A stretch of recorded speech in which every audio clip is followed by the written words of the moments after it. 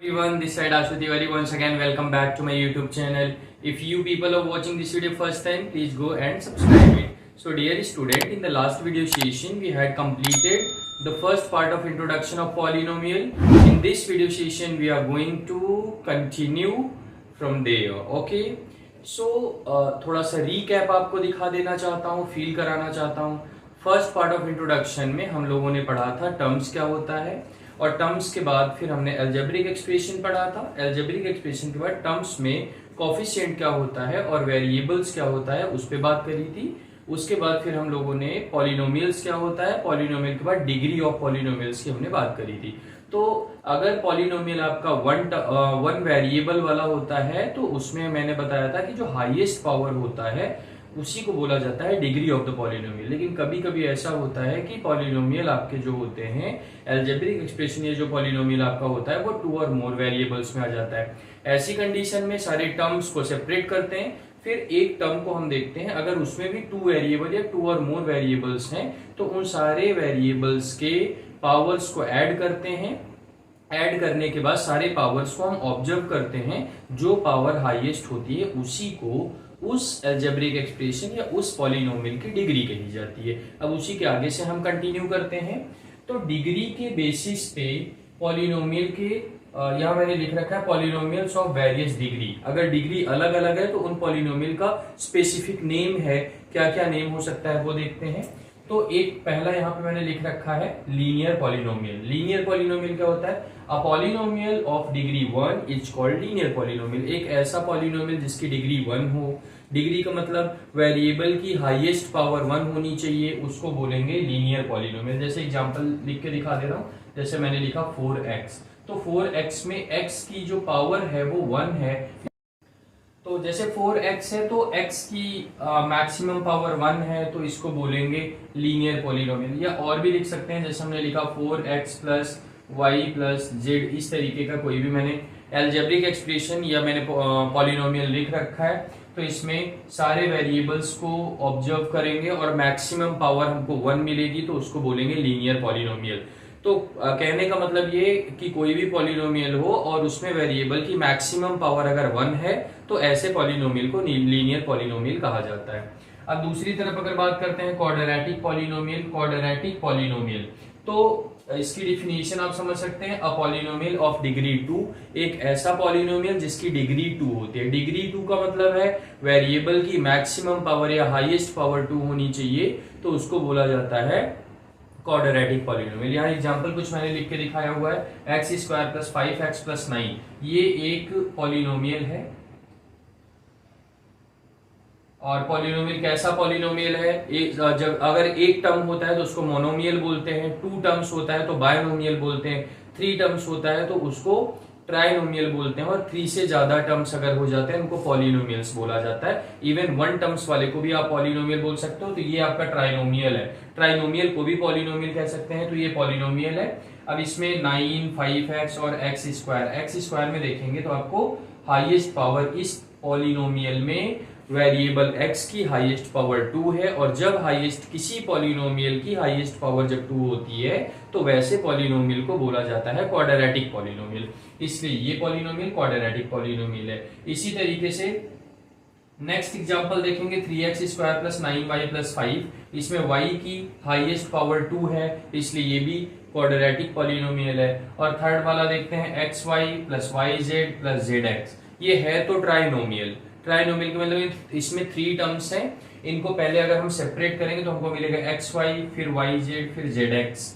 लेकिन सेपरेट करने के बाद मैंने आपको बताया था जब हमारे पास कोई ऐसा पॉलिनोमियल हो जिसमें 2 और मोर वेरिएबल्स हो, तो इसमें देखते हैं x y z, इसमें 3 वेरिएबल्स हैं. तो इसका डिग्री हम कैसे फाइंड करेंगे? जब x y को हम सेपरेट करेंगे तो देखेंगे x के ऊपर भी 1 है, मीन्स पावर 1 है, और y के पावर भी 1 है, तो ये 1 1 ऐड हो जाएगा और 2 मिलेगा. इसी तरीके से सेकेंड टर्म में भी जो पावर आपको मिलेगा 2, और थर्ड टर्म में भी जो पावर आपको मिलेगा वो 2 मिलेगा. तो यहाँ पे देखेंगे कि हाईएस्ट पावर जो है वो भी 2 है, इसलिए इसको बोलेंगे quadratic polynomial. I hope you understood well. Now cubic polynomial क्या होता है? एक ऐसा polynomial, a polynomial of degree 3. एक ऐसा पॉलिनोमियल जिसकी डिग्री 3 हो उसको क्यूबिक पॉलिनोमियल कहते हैं। यहाँ एग्जांपल हमने लिख रखा है 4x³ minus 3x² plus 7x plus 1। इस पूरी लाइन में अगर आप देखेंगे तो वेरिएबल x की हाईएस्ट पावर 3 है और सारे जितने भी पावर्स हैं वो 3 से कम है, इसलिए जो हाईएस्ट पावर है वो 3 है। और जब किसी भी पॉलिनोमियल की हाईएस्ट पावर 3 होती है तो उसको क्यूबिक पॉलिनोमियल कहा जाता है, इसलिए ये आपका क्यूबिक पॉलिनोमियल है। सेकेंड एग्जांपल में देखें, वही जैसे अभी मैंने आपको ऊपर बताया कि 4x² है और 5xy² है, इसमें 2 टर्म्स हैं। तो 2 टर्म्स हैं, इनके पहले टर्म्स 1 2 3 टर्म्स हैं, तो इसलिए इसको ट्राइनोमियल बोलेंगे, पॉलिनोमियल भी बोल सकते हैं। तो इस पॉलिनोमियल में वेरिएबल्स कितने हैं? 2 वेरिएबल्स हैं। तो पहले इनके टर्म्स को हम सेपरेट कर लेंगे और सेपरेट करने के बाद फाइनली देखेंगे, जैसे यहाँ पे 4x² है तो यहाँ x² के ऊपर 2 पावर है और प्लस y की पावर 1 है, तो इसकी जो डिग्री होगी वो 3 हो जाएगी। बिकॉज यहाँ भी चेक करोगे तो आपको 3 ही मिलने वाला है, तो 3 और 3 मीन्स पूरे पॉलिनोमियल को आप ऑब्जर्व करोगे तो आपको हाईएस्ट पावर 3 मिलेगी। एंड जब किसी भी पॉलिनोमियल की में वेरिएबल की हाईएस्ट पावर 3 होती है तो ऐसे पॉलिनोमियल को क्यूबिक पॉलिनोमियल कहा जाता है, तो इसको आप क्यूबिक पॉलिनोमियल बोलेंगे। और दूसरा है बाई क्वाड्रेटिक पॉलिनोमियल, लास्ट है आपका बाई क्वाड्रेटिक पॉलिनोमियल। इसको डबल क्वाड्रेटिक या बाई क्वाड्रेटिक पॉलिनोमियल भी कहा जाता है। और ऐसा पॉलिनोमियल जिसमें हाईएस्ट पावर अगर 4 होती है तो ऐसे पॉलिनोमियल को बाई क्वाड्रेटिक या डुअल क्वाड्रेटिक पॉलिनोमियल के नाम से जाना जाता है। और यहाँ पे एग्जांपल लिख रखा हूँ, इतने एग्जांपल से उम्मीद करता हूँ कि आपको ये चीजें समझ में आई होंगी। अगले स्लाइड में दूसरी चीज देखते हैं। यस बॉयज, अब देखेंगे number of terms in a polynomial, कि पॉलिनोमियल में कितने टर्म्स होते हैं। इवन लास्ट वीडियो में हमने मोनोमियल, बाइनोमियल और ट्राइनोमियल के बारे में बात करी थी। या ट्राइनोमियल का मतलब 3 टर्म्स अगर होता है उसको ट्राइनोमियल बोलते हैं और 3 से ज्यादा टर्म्स होता है उसको पॉलिनोमियल बोलते हैं। इसमें इतनी चीजों के बारे में हमने बात करी थी। बट यहाँ पे देखेंगे जैसे 2 टॉपिक वहां पे छूट गया था। पहला था आपका जीरो पॉलिनोमियल। क्या होता है zero polynomial? A polynomial consisting of 1 term namely zero only. तो अगर जीरो ऐसे आपने लिख लिया तो ये जीरो भी एक पॉलिनोमियल है, लेकिन इस पॉलिनोमियल को बोलते हैं जीरो पॉलिनोमियल। अब क्वेश्चन ये आता है कि अगर जीरो लिखा हुआ तो इसको कोई ना कोई इसकी डिग्री भी होगी। तो इसकी डिग्री की अगर बात करेंगे तो यहाँ नोट पॉइंट में मैंने इसको लिख दिया है, the degree of the zero polynomial is not defined, कि जीरो पॉलिनोमियल की डिग्री को डिफाइन नहीं किया जा सकता। तो यहां से आपको समझ में आया होगा कि जीरो पॉलिनोमियल क्या होता है। A polynomial consisting of 1 term, एक ऐसा पॉलिनोमियल जिसमें एक ही टर्म हो और वो टर्म क्या हो? सिर्फ जीरो, तो उसको क्या बोलते हैं? जीरो पॉलिनोमियल बोलते हैं। और जीरो पॉलिनोमियल या जीरो की डिग्री फाइंड करना पॉसिबल नहीं है, वो डिफाइंड नहीं है। दूसरी बात अगर करें कांस्टेंट पॉलिनोमियल क्या होता है? अ पॉलिनोमियल कंटेनिंग 1 टर्म, एक ऐसा पॉलिनोमियल जिसमें एक ही टर्म हो और वो टर्म कैसा होना चाहिए? कंसिस्टिंग ऑफ अ कांस्टेंट, और वो टर्म भी जो सिंगल टर्म आपका हो वो टर्म भी कांस्टेंट होना चाहिए, तो उसको बोलते हैं कांस्टेंट पॉलिनोमियल। जैसे मैंने लिखा 3 - 5 7/8। अगर सेपरेटली इनको बात करी जाए तो ये भी पॉलिनोमियल है, लेकिन कैसे पॉलिनोमियल? इनको कांस्टेंट पॉलिनोमियल कहा जा सकता है। फिर बात करते हैं मोनोमियल को। मोनोमियल की अगर 1 टर्म जिनमें होता है उसको मोनोमियल कहा जाता है। तो ये कांस्टेंट पॉलिनोमियल आपको जो दिख रहा है ना, इन सबको सेपरेटली आप मोनोमियल बोल सकते हो। बाइनोमियल जिसमें 2 टर्म्स होते हैं उनको बाइनोमियल कहा जाता है, पिछली क्लास में आपको समझाया। और ट्राइनोमियल का मतलब जिसमें 3 टर्म्स होते हैं उनको ट्राइनोमियल कहा जाता है। और अगर 3 से ज्यादा टर्म्स हो जाते हैं तो उनको पॉलिनोमियल बोला जाता है। एक बार फिर से रिपीट करता हूं कि मोनोमियल, बाइनोमियल, ट्राइनोमियल ये भी भले इनका स्पेसिफिक नाम रखा गया है, बट ये सारे के सारे अपने आप में पॉलिनोमियल होते हैं। यस बॉयज, अब अगले स्लाइड में हम लोग देखेंगे वैल्यू ऑफ अ पॉलिनोमियल। किसी भी पॉलिनोमियल की वैल्यू, किसी वेरिएबल की वैल्यू अगर दी हुई होती है और आपसे ये पूछ लिया जाता है कि कोई पॉलिनोमियल है उसकी वैल्यू फाइंड करो, तो कैसे करते हैं यहाँ पे देखेंगे। मान लीजिए px = 2x² + 3x + 3, ये एक पॉलिनोमियल है जो कि px, और p जो है वो p रिप्रेजेंट करता है पॉलिनोमियल को। यानी पॉलिनोमियल जो हमारा है वो x वेरिएबल में है। इसकी मीनिंग क्या होती है? Polynomial in x variable which is equal to 2x² + 3x + 3। तो ये स्टेटमेंट की मीनिंग ये हो गई ऑन x = 3। अब क्वेश्चन में ये बोल रहा है कि x = 3 पर इस पॉलिनोमियल की वैल्यू फाइंड करनी है। तो किसी भी पॉलिनोमियल की वैल्यू कैसे फाइंड करते हैं, जब किसी वेरिएबल की वैल्यू दी हुई होती है तो p जहां पे x है वहां पे हमको उस वैल्यू को पुट करना होता है। तो यहाँ पे हमने p x के प्लेस में हमने 3 पुट किया। तो 3 पुट करने के बाद अब यहाँ पे देखिए मैंने इसके पहले स्टेटमेंट में मैंने बताया इसका मतलब क्या है, पॉलिनोमियल इन वेरिएबल x। तो अब इसकी क्या मीनिंग हो जाएगी, पॉलिनोमियल इन, अब वेरिएबल के प्लेस पे क्या आ गया, 3 आ गया। इसका मतलब जितने भी वेरिएबल x आपको पॉलिनोमियल में दिए थे उन सब के प्लेस पे हमको रिप्लेस करना है 3 से। तो अब यहाँ पे देखेंगे 2x स्क्वायर का मतलब 3 का स्क्वायर हो गया प्लस 3 मल्टीप्लाई बाई 3 प्लस 3। तो यहाँ देखेंगे 2 3 3 जा 9 और 9 2 जा 18 और प्लस 3 3 जा 9 और प्लस 3।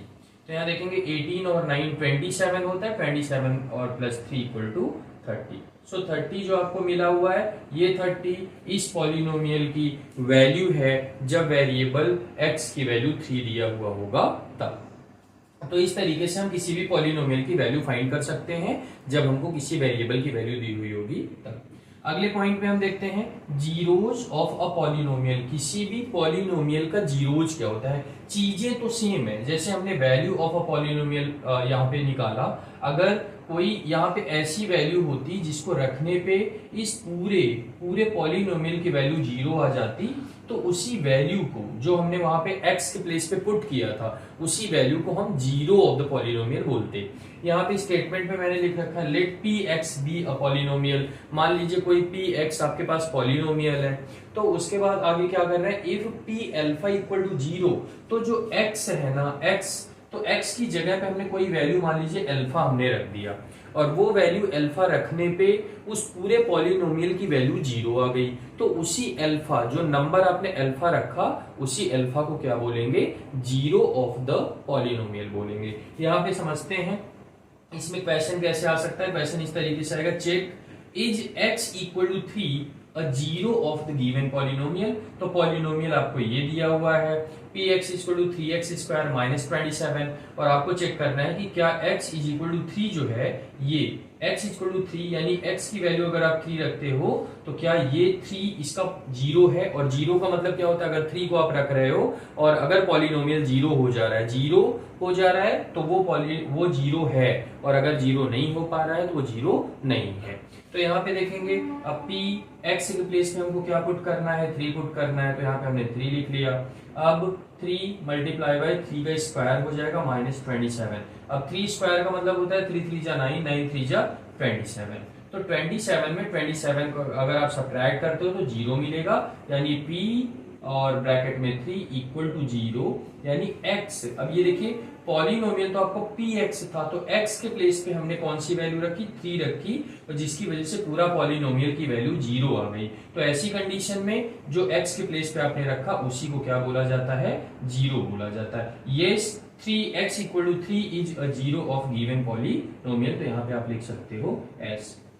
तो इस तरीके से हमने देखा कि जब कोई वेरिएबल अगर हमको दिया हुआ होता है तो कैसे उस वेरिएबल से हम किसी भी पॉलिनोमियल की वैल्यू उसके रिस्पेक्ट में फाइंड करते हैं। और दूसरा पॉइंट हमने देखा कि जीरोज ऑफ अ पॉलिनोमियल, किसी पॉलिनोमियल का जीरोज क्या होता है या उसका जीरो क्या होता है। Yes now we will see remainder theorem. क्या होता है रिमाइंडर थ्योरम, अगर रिमाइंडर थ्योरम से हम अभी देखेंगे तो आपको ऐसा फील होगा कि इससे हम फेमिलियर हैं। कैसे फेमिलियर है, बिकॉज बचपन से जो हम लॉन्ग डिवीजन करते चले आ रहे हैं, और लॉन्ग डिवीजन जैसे 6 7 या उससे नीचे की क्लासों में आपने डिवाइड सीखा होगा, तो डिवाइड में एक चीज ये देखा होगा कि आंसर को भी चेक करना होता था। तो आंसर को चेक करना होता था तो हम क्या करते थे, जो डिवाइजर होता था डिवाइजर का क्वोशिएंट में मल्टीप्लाई करते थे और फाइनली रिमाइंडर को ऐड कर देते थे, जो आता था वो डिविडेंड आता था, और वही यहाँ पे रिमाइंडर थ्योरम का काम करेगा। तो यहाँ देखेंगे रिमाइंडर थ्योरम यहाँ पे हमने लिखा, तो मान लीजिए कोई पॉलिनोमियल आपका px है और उस px को डिवाइड किया जा रहा है gx से। अगर किसी भी पॉलिनोमियल को किसी दूसरे पॉलिनोमियल gx से डिवाइड कर रहे हैं तो क्वोशिएंट आपका q आ रहा है और फाइनली रिमाइंडर r मिल रहा है यहाँ पे। तो यहां से फिर देखेंगे वही सेम कॉन्सेप्ट आपका है कि gx का अगर q में हम मल्टीप्लाई कर दें, देखिए gx का Q में हमने मल्टीप्लाई किया और फाइनली R को ऐड कर दिया। जब इतनी चीजें आप कर लेते हो तो आपको मिल जाता है डिविडेंड, जिससे डिवाइड करते हैं उसको बोला जाता है डिवाइजर। डिवाइजर जिसमें डिवाइड करते हैं उसको बोला जाता है DIVIDEND, डिविडेंड। और जो मिलता है आपको यहाँ पे वो होता है QUOTIENT, ये क्वोशेंट है। और फाइनली जो बच जाता है उसको बोला जाता है रिमाइंडर। रिमाइंडर तो यहाँ पे देखें तो वही चीजें अगर GX का Q से मल्टीप्लाई कर रहे हो और फाइनली R को ऐड कर दे रहे हो तो डिविडेंड आपको मिलेगा, यानी PX मिलेगा। इसी को रिमाइंडर थ्योरम बोला जाता है।